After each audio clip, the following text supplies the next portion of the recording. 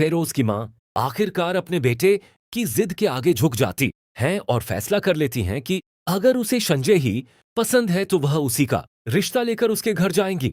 फेरोज ये सुनकर बेहद खुश होता है और तुरंत संजय को यह खुशखबरी देता है कि उसकी माँ अब उसके घर रिश्ता लेकर आ रही हैं। यह बात सुनकर संजय एक पल के लिए हैरान रह जाती है। उसके मन में कई सवाल उठने लगते हैं कि क्या सच में यह रिश्ता इतना आसानी से स्वीकार हो जाएगा। वह फरियाल भाभी से अपनी चिंता साझा करती है और कहती है कि फेरोज जैसा अच्छा और अनमैरिड लड़का आखिर एक डिवोर्स लड़की से शादी क्यों करेगा।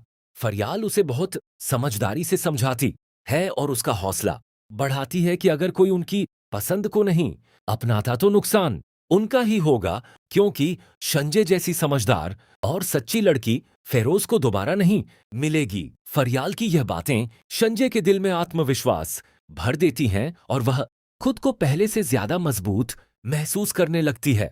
इसी बीच घर का माहौल बदलता है जब शहराम के वालिद एक बड़ी खुशखबरी देते हैं कि शहराम और फरियाल के लिए सिंगापुर के हनीमून टिकट बुक कर दिए गए हैं। फरियाल बहुत खुश होती है, लेकिन शहराम को ऑफिस और जिम्मेदारियों की चिंता होने लगती है। फरियाल उसे भरोसा दिलाती है कि संजय ऑफिस संभाल लेगी। हालांकि सच्चाई यह होती है कि संजय पहले ही जॉब छोड़ चुकी है, लेकिन यह बात घर में छुपा ली जाती है। दूसरी तरफ जिनिया अपनी चालों और झूठ में और ज्यादा फंसती जा रही है। दानिश उसके सारे झूठ जानता तो है, लेकिन अभी चुप है क्योंकि वह देखना चाहता है कि जिनिया आखिर कितनी दूर तक जा सकती है। यासमीन भी अब उससे दूरी बना लेती है और उसकी असलियत धीरे धीरे सबके सामने आने लगती है। जिनिया एक प्रमोशनल इवेंट में पहुंचती है जहां किस्मत से शहराम और फरियाल भी मौजूद होते हैं। वह शहराम को मैसेज भेजती है जिसे फरियाल देख लेती है, लेकिन फिर भी अपने रिश्ते पर भरोसा रखती है।